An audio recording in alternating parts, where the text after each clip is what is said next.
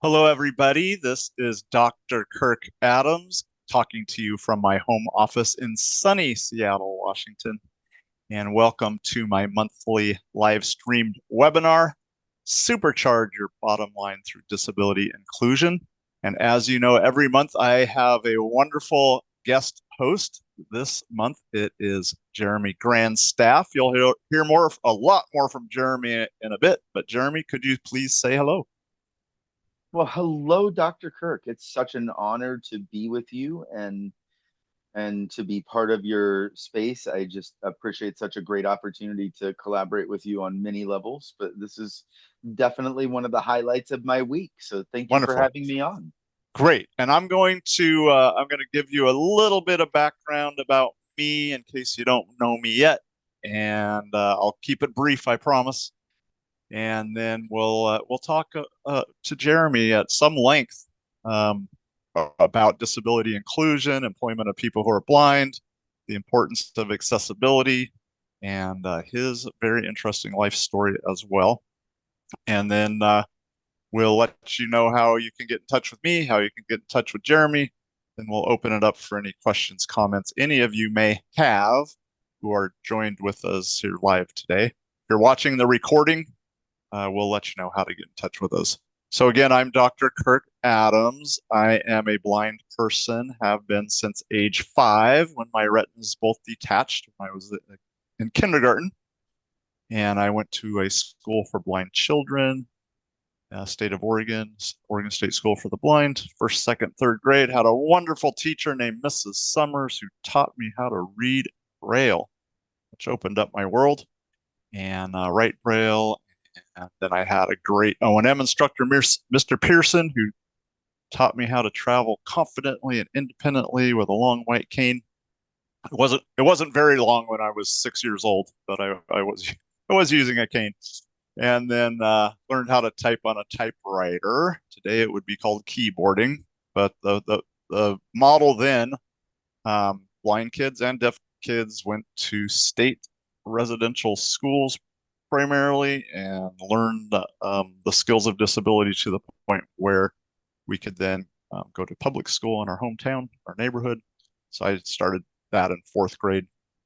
Went all the way on through school, lived in small towns here in the Pacific Northwest, was always the only blind student in all of my classes after I left the school for the blind. So through elementary, middle school, high school, college, master's, PhD, always the only blind person. So I've had that experience. Also had the experience of graduating from college with great academic credentials, Phi Beta Kappa, cum laude, 4-point in my econ degree, and then running into those barriers to employment that so many of us with significant disabilities face. I've had that experience. Also through many twists and turns, became the president and CEO of the Lighthouse for the Blind here in Seattle, a social enterprise employing about 250 people who are blind and deafblind in a variety of businesses, including aerospace manufacturing, making parts for all the Boeing aircraft. Later was privileged to step into that same president and CE role at the American Foundation for the Blind, which is the most iconic organization in the blindness field. Helen Keller was the brand ambassador there for 45 years. And when I moved from Seattle to New York and we're in those offices at AFB, I could walk down the hall and sit at Helen Keller's desk, play with her typewriter if I ever needed a shot of inspiration. So I've I've had the opportunity to be a frustrated person with a disability seeking employment, an opportunity to be a successfully employed person with a disability in corporate America. I was in banking and finance for 10 years. And then an opportunity to be the employer of um, hundreds of people who are blind and deafblind. And so I have good 360-degree views of employment for people who are blind. And I formalized that experience by pursuing and earning a PhD in leadership and change through Antioch University. And my scholarly focus was on employment of people who are blind. My dissertation is called Journeys Through Rough Country, an ethnographic study of blind adults successfully employed in American corporations. And I just had it brailled in hard copy Braille. I've had the electronic file since 2019 when I completed, but I just started rereading it, and it's pretty good. I'm pretty happy with the first 25 pages I've read this week. I set up a consulting practice a little over 2 years ago when I made the change from leading the American Foundation for the Blind, relocated from the Washington, D.C. area back to Seattle, very much driven by my commitment to family. My wife and I are joyous grandparents. We have a 32-month-old grandson, an 8-month-old granddaughter. They live a mile away from us here in Seattle.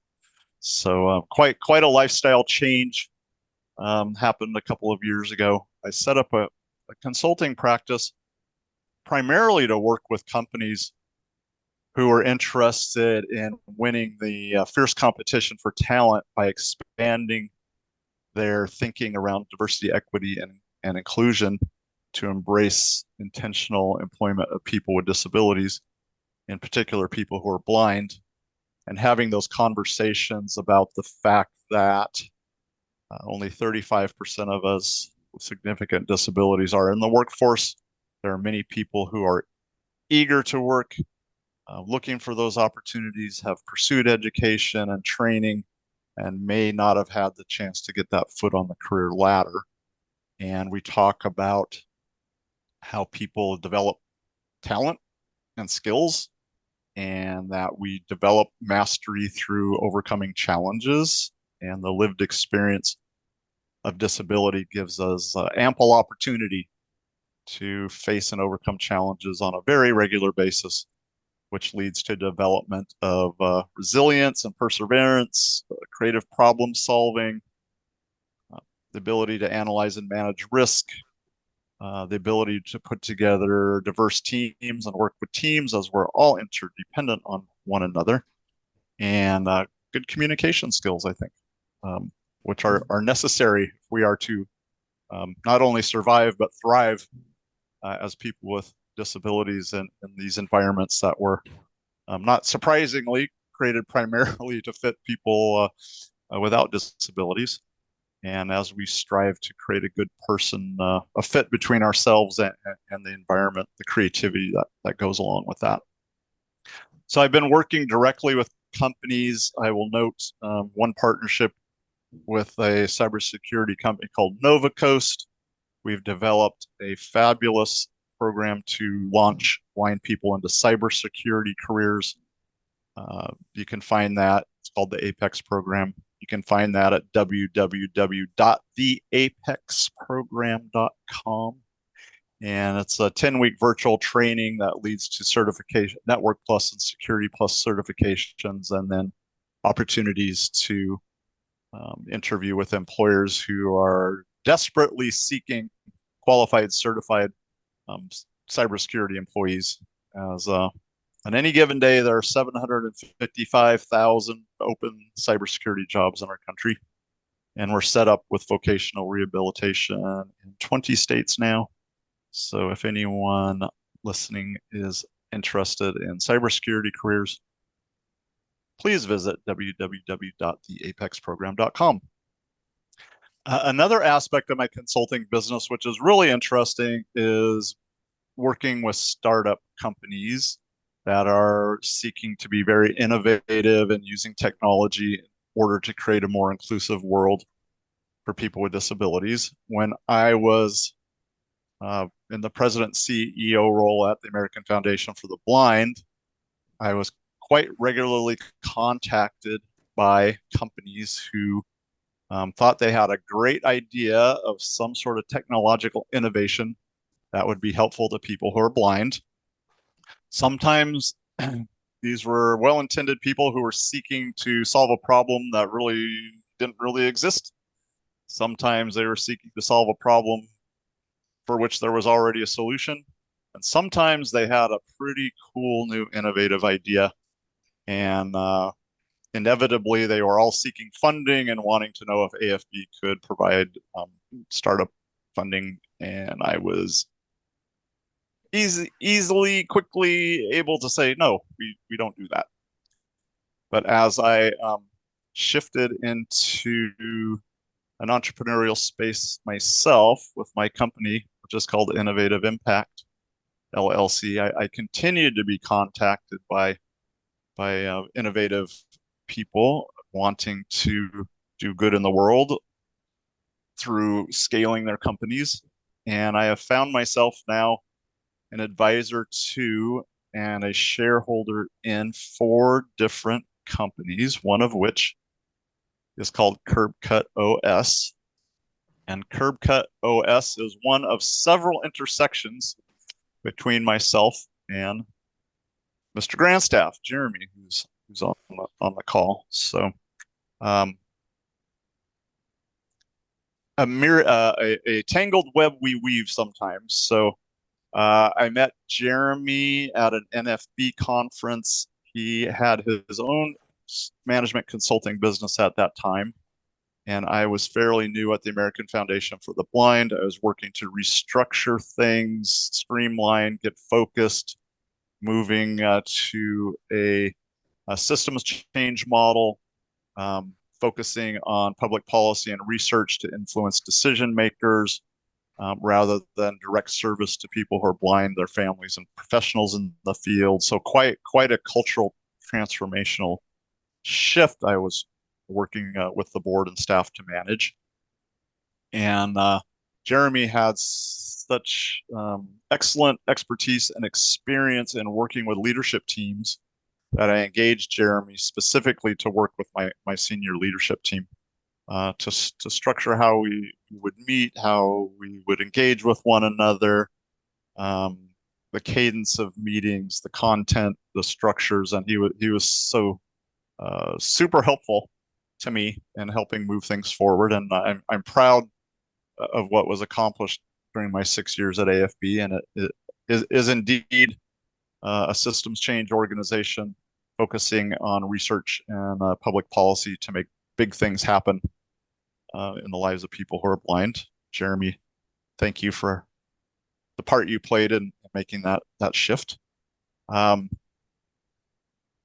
While I was at AFB, also one of the things I did was to take a very small consulting activity and work to create a sustainable revenue generating social enterprise around technology consulting.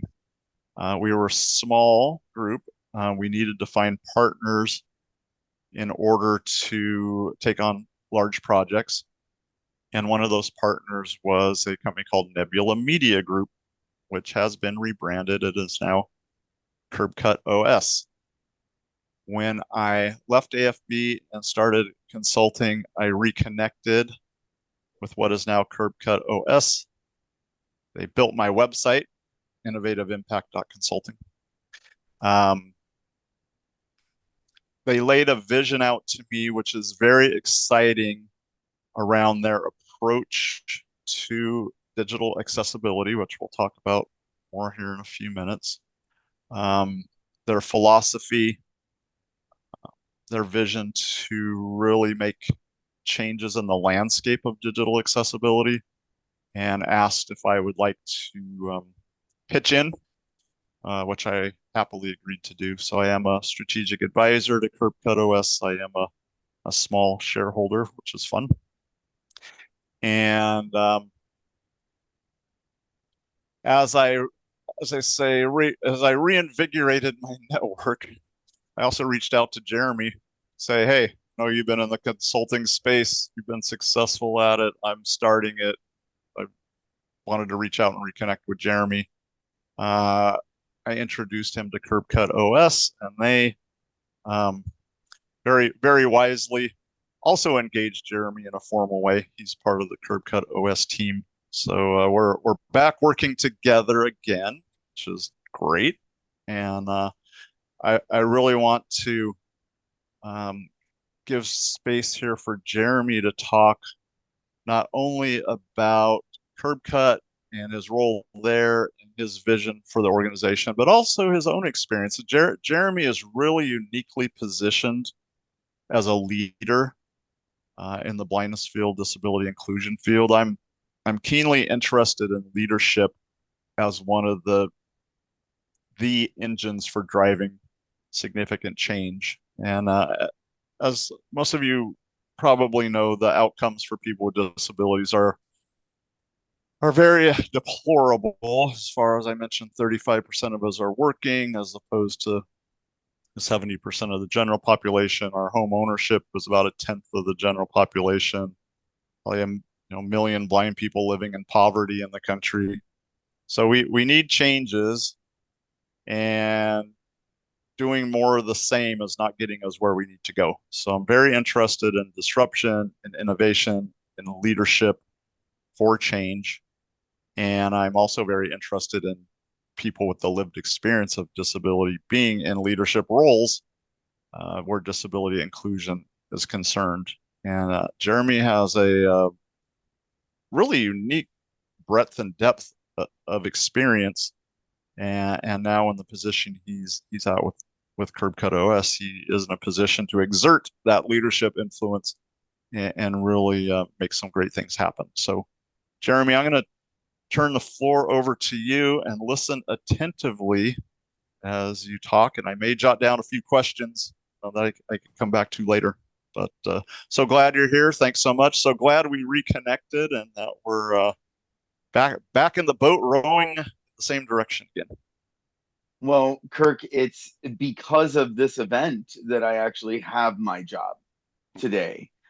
Because that was the first time that I met my boss, Mark Pound. And so it was extremely humbling listening to your introduction.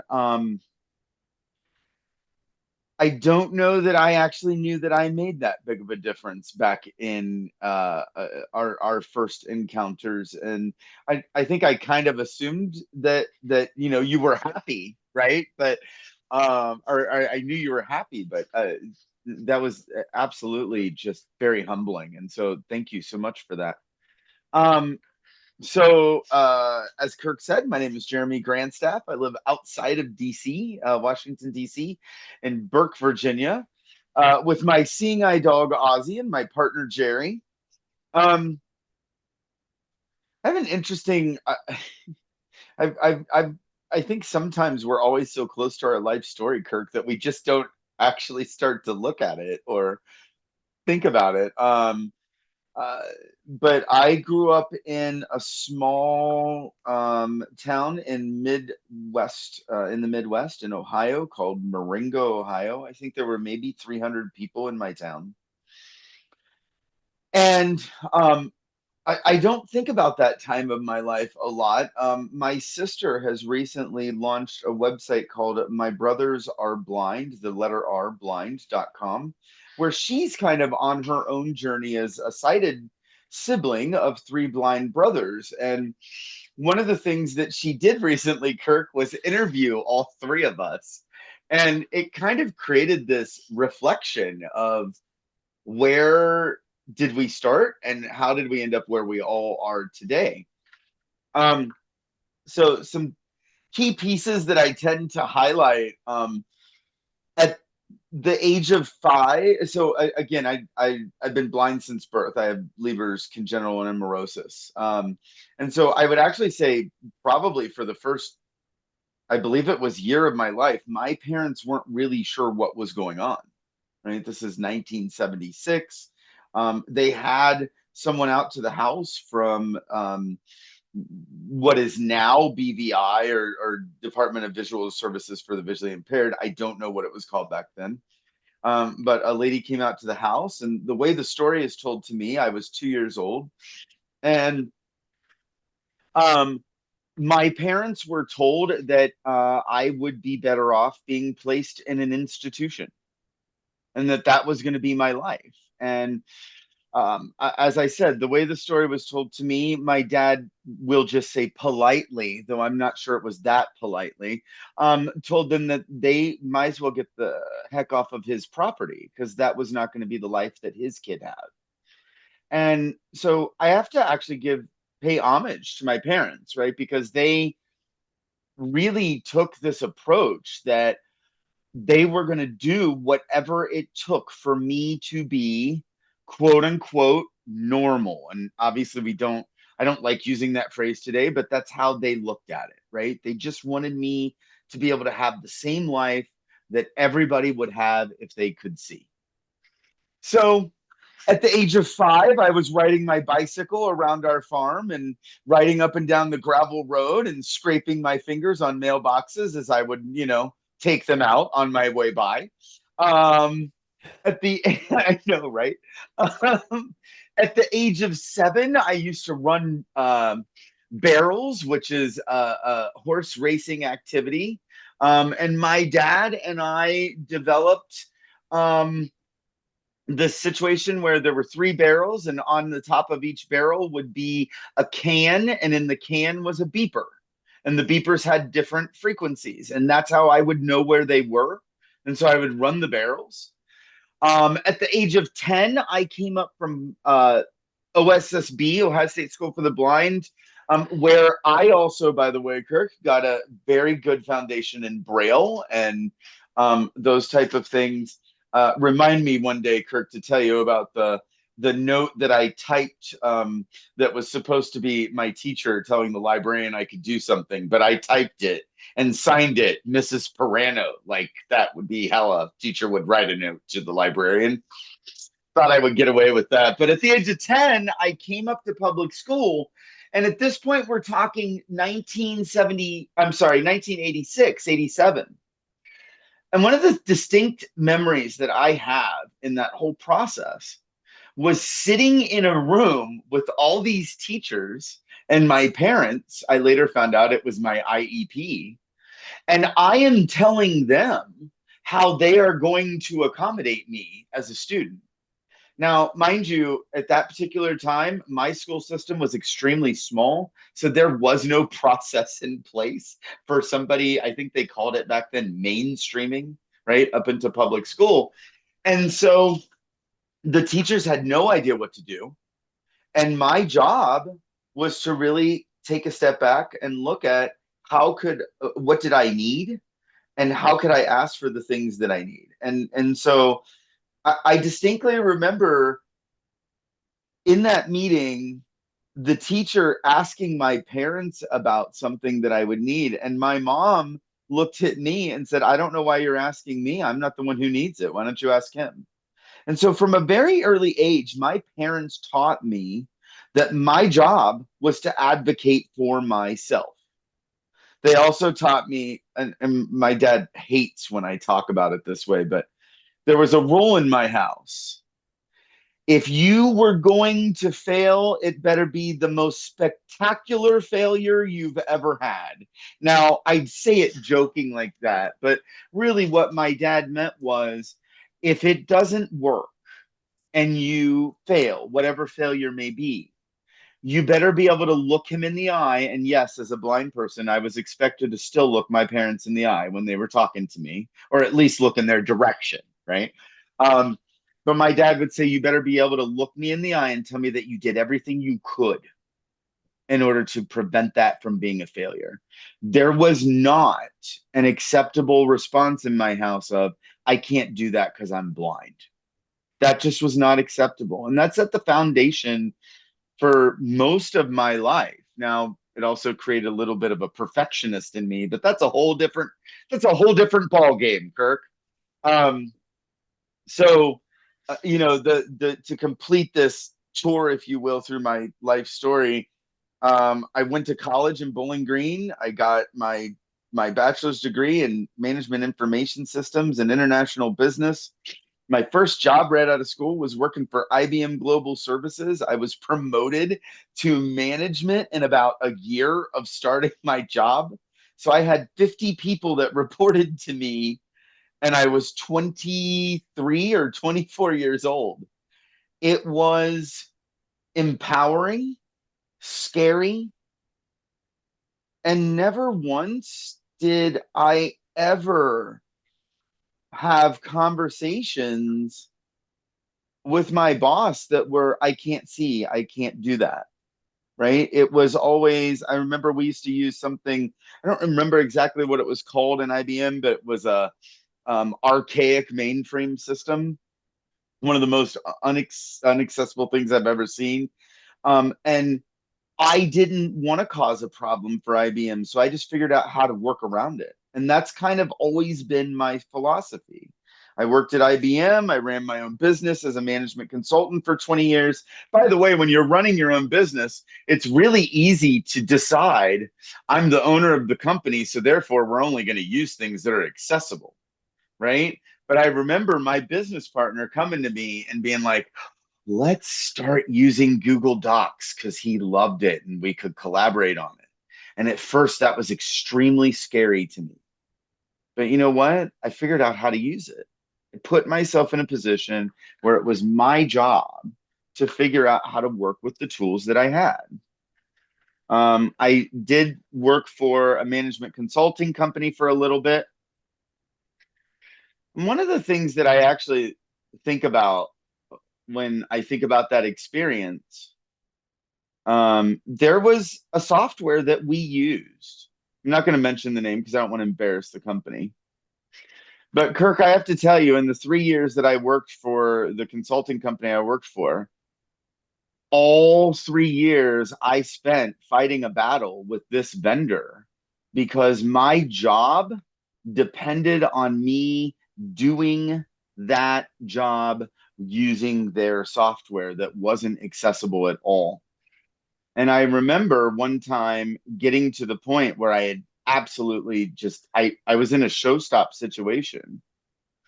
And I emailed the vendor who I'd been trying to get a meeting with. And I was like, I said, if you don't give me a meeting with you, my next step is to either call a lawyer or publicly embarrass you on Facebook and LinkedIn. And I actually got scolded by the director of HR because I talked to a vendor that way. And then I was told, you better figure out how to use it or I can find somebody else to do the job. Now, we can get into the legalities of that because I'm sure that there are some. But when you are working for a company, and you had actually mentioned this in your opening, Kirk, when you're working for a company and you need the job, you don't have the luxury of saying, well, I'll just sue you. Right. And my family needed to eat. We needed to have money coming in and money on the table. So um, I figured out how to work with it. And I'm going to tell you how I got that vendor to meet with me is I did a Zoom call with myself. I shared my jaws and I shared the screen and I showed them exactly what was happening for me. And then I said, please don't make me post this publicly. And I had that meeting in about 10 seconds. I'm not kidding. It was the quickest, well, okay, we'll say 10 minutes. But and so I understand what it's like. Well, I'll complete that part of my life by also saying, um, after working for that company for 3 years, I was also told that I wasn't able to get a promotion. And the big driver in that was that as a blind person, they did not feel I would ever be able to do the job that a sighted person could do. And I will own for you and all the people listening to your amazing live stream that I know in my life I've been discriminated against in many, many ways. But never before did someone actually make it so blunt and on video. And it just rocked me. And it rocked my world.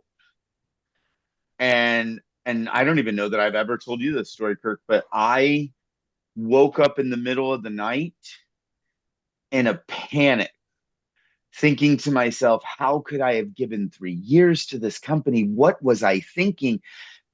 And instead of getting down on myself and letting that defeat me, I walked into my office, the same one I'm sitting in now, and I wrote down on a piece of paper. Mind you, by the way, I couldn't read what I wrote, right? But I took a pen and paper and I wrote down, today is April 1st. On June 18th, which happened to be my birthday, I will no longer work for people who do not value me and the expertise and the wisdom that I can bring their company. And Kirk, I sat down and I found 10 events, one of which was your event. And I said, wow, these events looked interesting. I think I can learn something by going to these. And it is because I came to your event that 3 months later, on June 17th, one day before my birthday, I started working for Curb Cut OS. And Well, there you go. The that's what I'm power of the saying. monthly live stream. That's right. And I think it's also, it kind of comes back to this, like, I talk about it as confidence or advocating for yourself, but really what it comes down to is this. I had a choice to make that day. I could feel bad for myself. I could feel bad that I was discriminated against so blatantly. I could feel bad for them. And the way that to this day, I'm still not sure, though maybe they do know now, that it was not the right thing to do. But instead, I chose to say, no way, this is not going to stop me. And this is where I'm going to go. And I have something to bring to the world. And I think as people with disabilities, it's really critical to learn that part of your job is to educate. And that's just how it is. We can be upset about that. But truthfully, if someone is going to let us, and yes, let's use the word intentionally, let us educate them, then that also means that they're open to learning. And if someone's open to learning and you teach them, then they've just become your partner advocate. But if you're not advocating for yourself, you can't expect them to advocate for you as well. Right? So, Curb Cut, and stop me anytime, right? But Curb Cut OS, we're a digital accessibility company. We are doing for the digital accessibility field and digital accessibility world for our clients what the Curb Cut effect did for physical accessibility. And that is something that I like to tell people, for the first time in my life, me being a blind person, it actually opens doors to that conversation. One of the things that I've heard you and other people talk about before is there's over 1.6 billion people in the world who have a disability. They leave 12 point some trillion dollars a year in shopping carts that are unaccessible because they cannot buy from them. Now that's an astronomical number, but let me make it real for everybody who's listening. As a blind person, I have been buying things online for over 30 years. And the last time I did the math, I have left $260,000 of my money sitting in a shopping cart somewhere because I couldn't complete the buying process. And instead, I would take my business elsewhere. So when it comes right down to it, disability inclusion, yep, it's about doing the right thing. Yep, it's about creating opportunities for everybody, no matter if they have a seen or an unseen disability. But when you get right down to it, as a company, it's about not losing business to other companies. It's about being able to capture more market share because people with disabilities, whether they can be seen or unseen, are now able to buy from you. And that is what I love about what we do. We do auditing, we do remediation, we do systems, maturity modeling, we do document remediation. We've got SaaS solutions called the Accessible UX platform.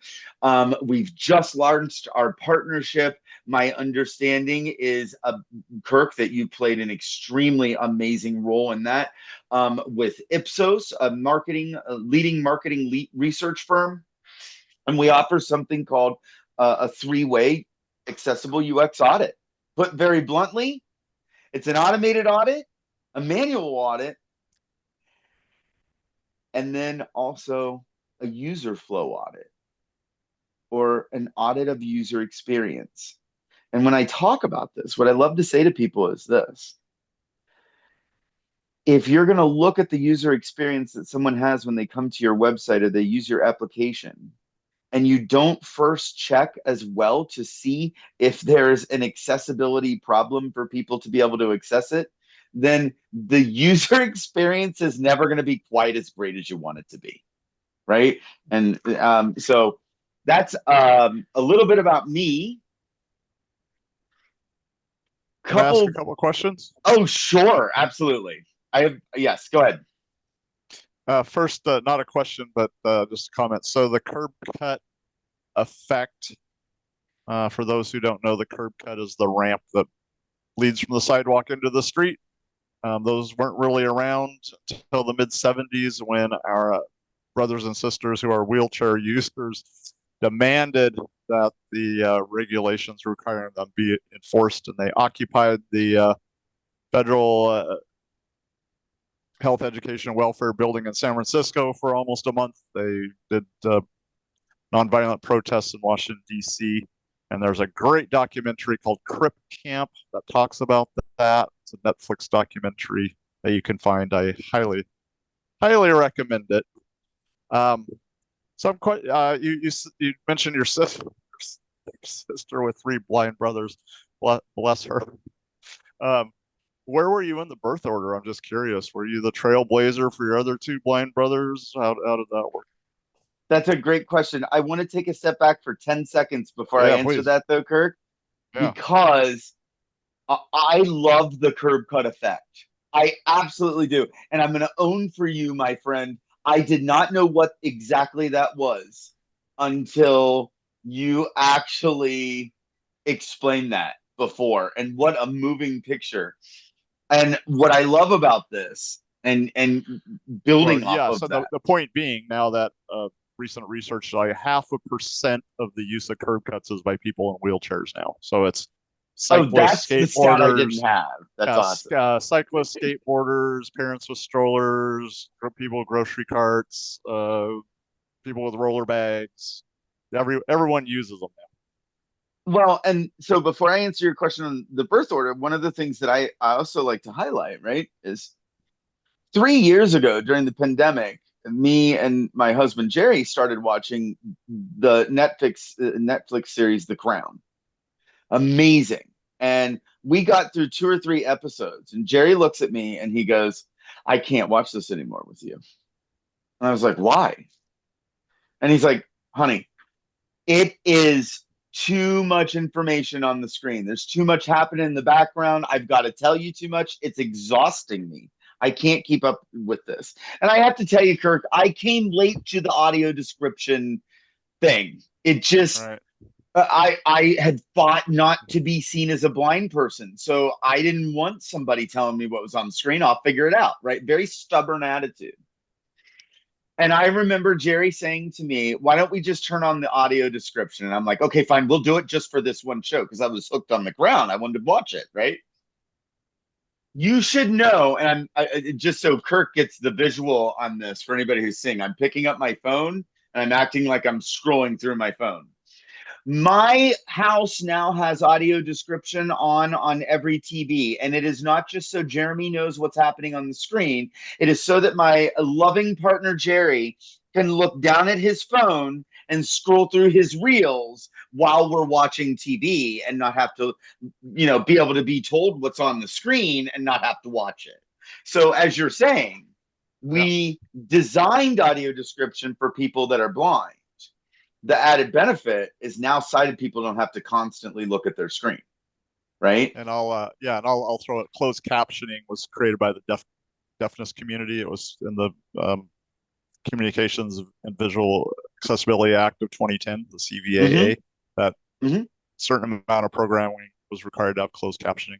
Now, over 50% of the use of closed captioning is by hearing people because they can track the dialogue, just what you're saying. A noisy sports bar, they can read what the announcers are saying, or doing household chores, glance up, catch the dialogue if they miss something. So that's another curb cut example. And Yeah. the big one, in 1948, Robert Irwin, who was blind, he was the president of the American Foundation for the Blind at that time, was interviewed in the New York Times about talking books, which were created by AFB and Helen Keller and Eleanor Roosevelt and the gang to record books for blind people on records. And Robert Irwin said, the use of talking books will be very limited because there won't be a case in which a sighted person would ever want to listen to a book. So it's interesting, right? Because then we have, I think when you say that, and I've heard you say that before, I always think of Jerry, who he doesn't read anything. He obviously he reads stuff, but he doesn't read a book. He listens to it on Audible. That's what he does, right? I was the firstborn. So my parents, one of the things that I want to encourage you to do, and I hope this is okay, Kirk, but definitely go check out my sister's blog and her journey. She did an interview with all three of us brothers. She also interviewed my parents, and she let me and my little brother Corey interview her on her journey. And it's been really neat to watch her go through that journey. You know, she had to like learn not to post things that didn't have alt tags if you're going to be talking about blindness, right? And that kind of alignment or congruence, as you and I have been trained to call it, but integrous, action. But one of the things that I distinctly remember hearing my parents say, and I think my sister's journey has really allowed us as a family to kind of take a step back, right, and look at it all. I was the firstborn. My parents didn't have any idea what to do, and the state told them to put me in an institution. So that was never going to fly for them. And so I remember my dad telling me at a very young age, "You have to be smart." He's like, "You're not going to make it in athletics. You're not going to be able to do that and be, a successful football star or baseball star, right?"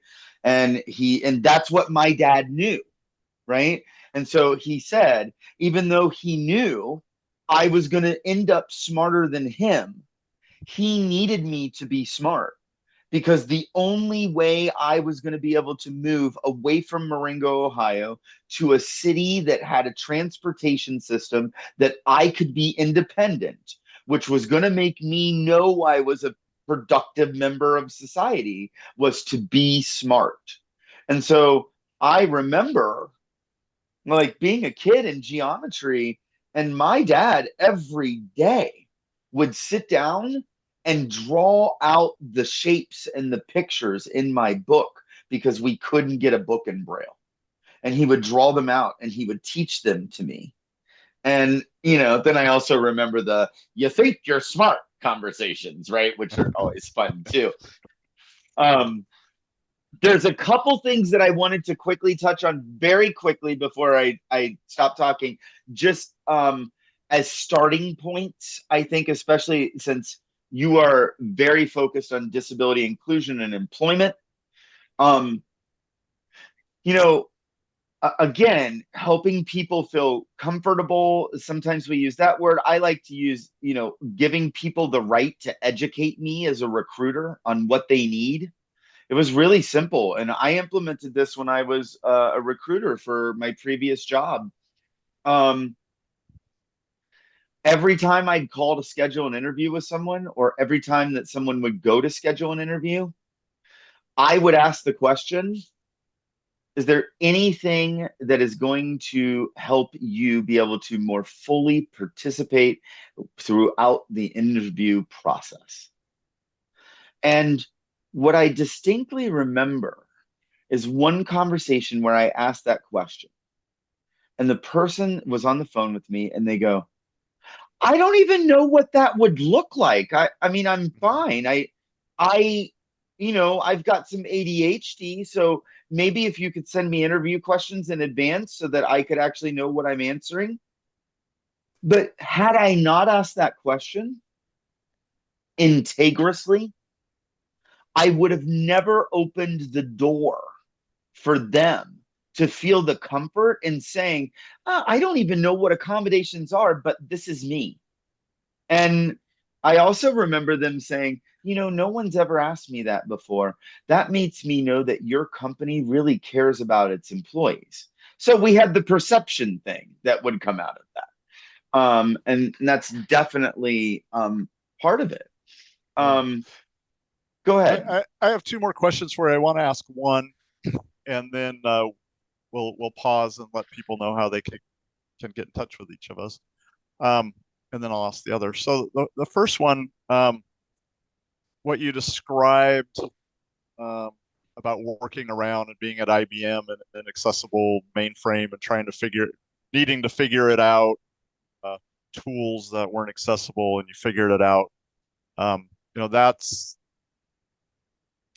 resonates with me around having a strong internal locus of control, which means you believe in your bones, you can figure stuff out, you can make your way, you can get it done. When I did my dissertation work and interviewed blind adults successfully employed in large companies, they all shared that. Yeah. And I think I have that. I think I got it from my family and also the School for the Blind, where I was with 120 other blind kids, and they had us backpacking the Three Sisters Wilderness area and horse camping and making igloos up on Mount Hood and in the tide pools on the Oregon coast, searching for sea creatures and you know things. So, and you were riding your bike on the gravel road. I was climbing trees and building tree forts and Yeah. floating down the creek on a log and doing all this stuff I would never let my kids do because it was crazily unsafe. But anyway, you and I were both blind as very young children, and there was no question, does this kid need to learn Braille? Does this kid need to learn how to use a cane? Does this kid need these skills? But we're the exceptions. Only something 10-15% of us are totally blind. A Mm-hmm. lot of kids have some usable vision. There's a lot of question around whether or not they need blindness skills. Do they need Braille? Could they use magnification now? Can they just listen to it? Mm-hmm. People become blind later in life. Um, Not everyone had parents like ours. Your Mm-hmm. dad set you up with barrels with beepers. My parents quit their jobs so they could move to another state so I could go to a better school for blind kids. So Yeah. for those people who didn't have those gifts given to them of those experiences that established that strong internal locus of control, as far as building confidence, kind of building that resilience muscle, any thoughts for people who are listening who are either blind, newly experiencing progressive vision loss, have someone in their family who they feel could use a shot of confidence? Any little steps you would recommend that people think about? Gosh, that's such a loaded question, right? I mean, because first of all, to your point, I was an extremely privileged person, right? I just have to own that. And and before I dive further into this, Kirk, I have to tell you, I did something the other day that I never in a million years thought I would do. I chose when I went to an immersion weekend for an organization that I'm with last week, and I chose to leave my seeing eye dog at home. Now, my cane skills are probably not as great as yours. I've had a seeing eye dog since I was 18, but one of the things that I've learned over the last 8 to 10 years is that I needed to make sure that I didn't let my cane skills go, just in case, right? Kirk, I'm proud to tell you that I took 42nd Street in New York City from 8th Street all the way over to Times Square, and I did it with my cane. And had you asked me 6 years ago if I would ever do that, I would have told you you were absolutely crazy. I know And so, exactly that stretch of 42nd Street you're talking right? about. Oh That is my a feat. God. That is a I feat of independent travel. I've been I there. came out of the Port Authority and I was like, what in God's name was I thinking? Right? But to your point, and I have a friend of mine who's actually going through this very thing. So the first thing is you got to ask questions. You're not there is no there's always the phrase there's no question that's too stupid. I don't like that because that assumes that we would even regard ourselves as stupid. I like to say there's no question not worth exploring. Even if the answer is I can't help you, then say, do you know someone who can? Right? My friend that is losing his sight, I love him. I love him with integrity. I love him with all of the heart and soul that I have. But one of the things that I am really struggling with him on is he has not fully lost his sight, but he's starting to lose his sight. And so he keeps putting off the conversation around what does technology look like when I lose my sight? Hmm. What does cane skills look like? And so one of the things that I've been trying to help him understand is that if he starts to explore the tools that he can use 10 years from now today, Mm-hmm. it's going to be much easier for him to make that transition because he will already be familiar with those tools. And so I think that's the first piece. The second piece is learn. Don't be afraid to learn. Look at different ways that you can do things. And there's an irony, by the way. I would tell most of the sighted people that I know to do the same thing Mm-hmm. because they will not always have their sight, or they will not always have their legs, or they may not always have their hearing. And so know what's available to you and explore it while you can and not have to be responding to the pressure of not being able to, right? Um, Very helpful. surround yourself with all different types of people. One thing I think, Kirk, you're going to smile when I do this, but one of the things that I heard someone talking about over the last week is this interesting concept that happens when we say, oh, they're blind. They're just like every other blind person that I know. Blind people have just as much diversity, experience, and diversity in capabilities as sighted people. And just as there are some sighted people that I love to death and that I would do anything for, I can also tell you that there are some sighted people who really need to embrace themselves and learn and grow and be that growth minded person that is going to transcend their own barriers, whatever those are, right? And I focused a lot on my answer of blind and sighted, but Yeah. I also think about and I'm going to own for you. Before I took the job with Kirk, this had never crossed my mind. I feel a little vulnerably dumb for saying that, honestly. But you think about the number of websites that you go to, and on the homepage, they've got this flashing thing going across a slideshow, and it just keeps flashing and flashing and Mm-hmm. flashing. If you've got an epileptic disorder, I'm sorry, I'm not good at saying that word, seizure disorder, Mm-hmm. you see that, and that's going to drive you right into a seizure. Never occurred to me that if your website has too much text, someone with a neurodiversity, with someone that is neurodiverse, will not be able to spend more than 3 minutes on your website, and you'll lose them. And if your job, let's take it away from like companies and trying to sell to more people. If you're a government agency and I have a neurodiversity disorder, And I go to your website and there are 17 paragraphs of things that I need to read. I'm sorry, your agency cannot serve all the people that you're supposed to serve. And You so know, Jeremy, I recently asked our daughter, Rachel, who's in her mid-30s, what does TLDR mean? Do you know what it means? too long to read, and I Too long, swear didn't to God, too long, didn't read. yeah, my so Jerry, I who you know, yeah. Jerry will literally, I'll be like, "Oh, did you read my post?" He's like, "Yeah, it was more than 3 sentences. I couldn't do it." TLDR. And it frustrates me, right? I'm like, "But it was so good." He's like, "Yeah, sorry, no, can't do it." Right?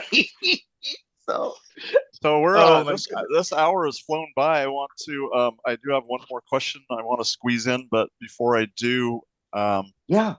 how can people get in touch with you?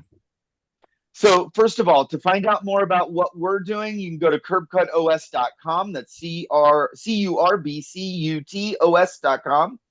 I would actually recommend maybe putting a slash Ipsos partnership, all one word, IPSOS partnership, um, on the end of that, because that's going to take you to the three-way audit I was talking about.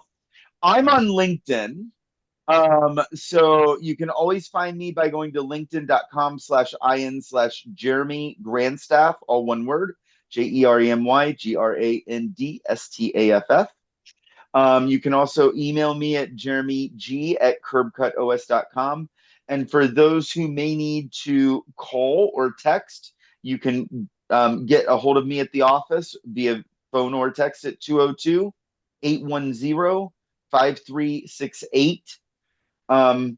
My job doing what I do for Curb Cut is to really look at how are we building partnerships in order to best serve and engage our clients, both from generating new clients, but also looking at creating shared experiences and ecosystem mergers that are going to take what we're doing to the next level, and at the same time, Kirk, take what other companies are doing and other partners that we have are doing to the next level as well.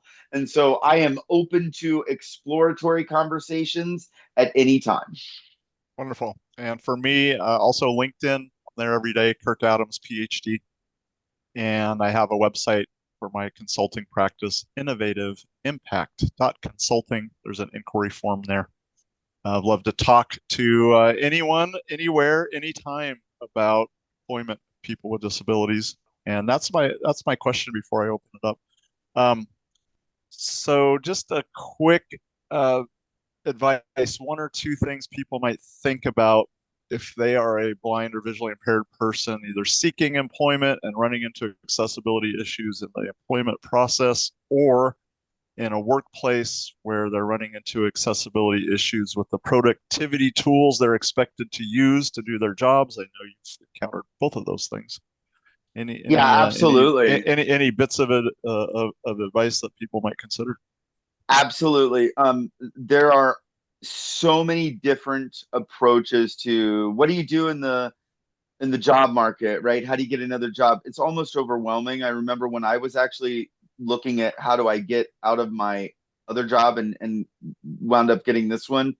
I must have got 17 invites a day to events where it was telling me what to do. Um, to get a job and to improve my employment piece. I think I'll take the external piece first, right?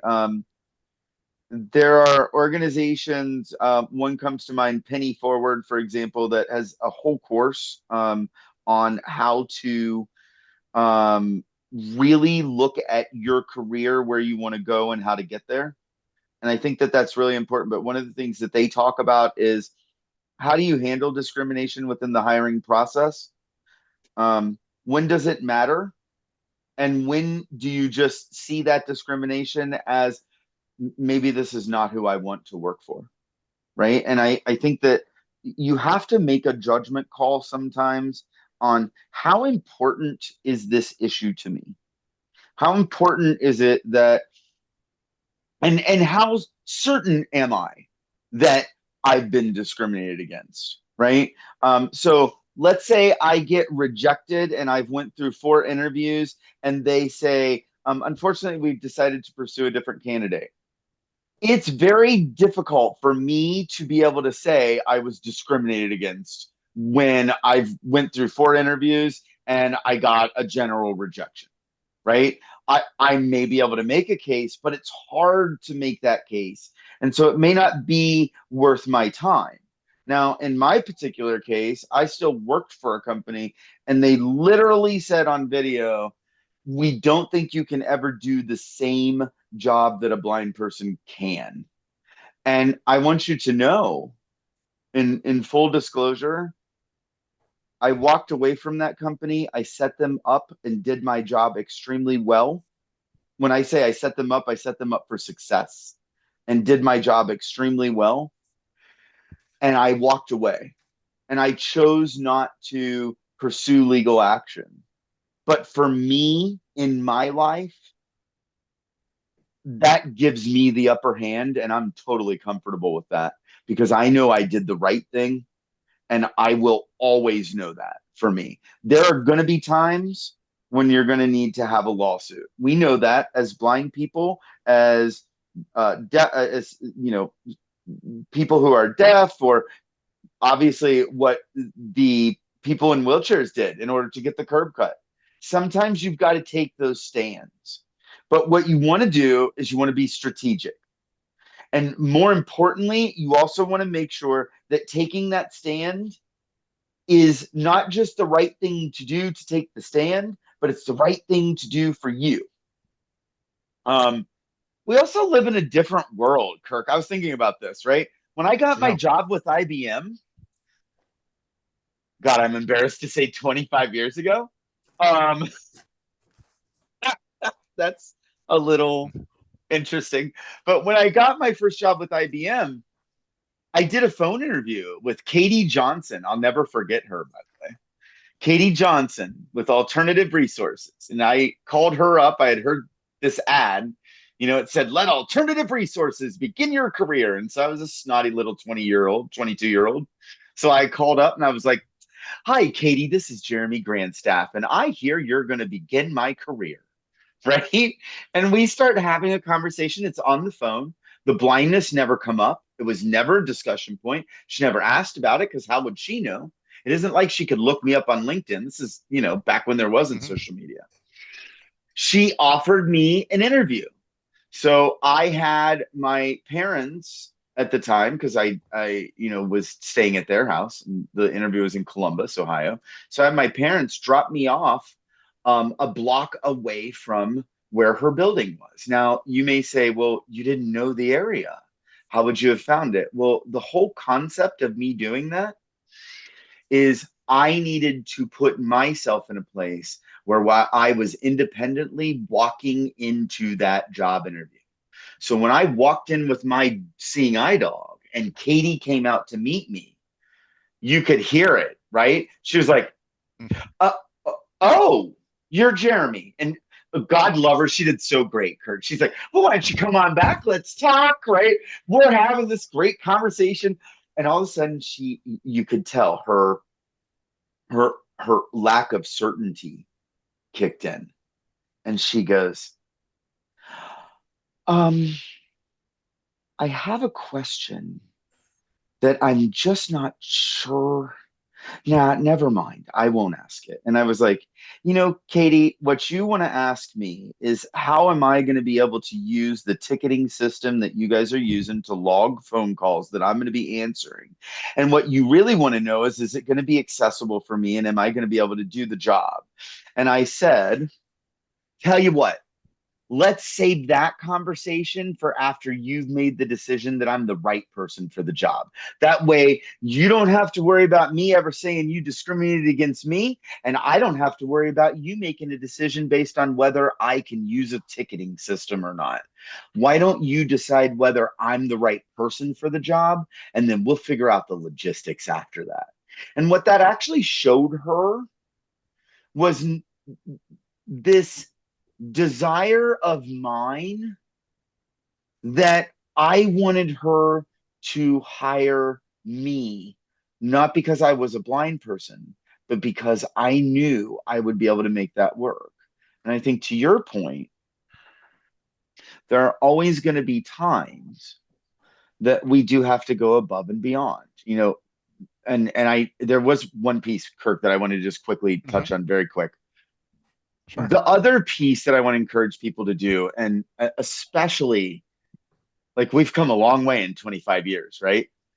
If you are having a struggle at work, whether it's accommodation, whether it's a mental health challenge, which is huge right now, whether it's anxiety, whether it's I'm not feeling well, whatever it is, please do justice to the person that you work for and help them help you by telling them. And I know that I'm going to get a little pushback, I'm sure, from somebody for saying what I'm saying. But if someone uses that situation, if someone that you work with uses that situation as a way to punish you or demean you or put you in a bad place, I assure you that their supervisor would like to know that they've done that. And I also assure you that if the company's going to let that happen, my friends, it is not a place that you want to be. And it is not a place that is worthy of you being there. Well, And Jeremy, we'll there you go. in a couple sometime next year we'll do an hour on the power of self-disclosure to transform corporate culture. Ooh, I love it. You just touched on it. Very So, exciting. Very exciting. anyone who's joined us live today have a question or a comment for either Jeremy or myself? And someone is using a leaf blower across the street here in sunny Seattle. So if you hear that, that's what that is. So hearing none, I will say thank you, Mr. Grandstaff, for your insights and your willingness to share your journey. Next month, Supercharge Your Bottom Line Through Disability Inclusion will be not on the last Thursday of the month because that is Thanksgiving. I will be feasting and watching football and taking a nap, as I hope many of you will be doing. We will be convening on Thursday, November 21st at 11 a.m. Pacific time. My guest will be a very innovative company called InnoSearch, INNO Search, and they have standardized and simplified the e-commerce shopping experience for people who are blind. It's awesome. We'll talk to them on November 21st. Thanks, everyone, live and watching the recording. Get in touch with Jeremy or I if we can be of any service. Thanks so much. Thank you, Kirk. Appreciate you being so accommodating with your time. Absolutely. Take good care. Great to be with you. Bye. Bye-bye.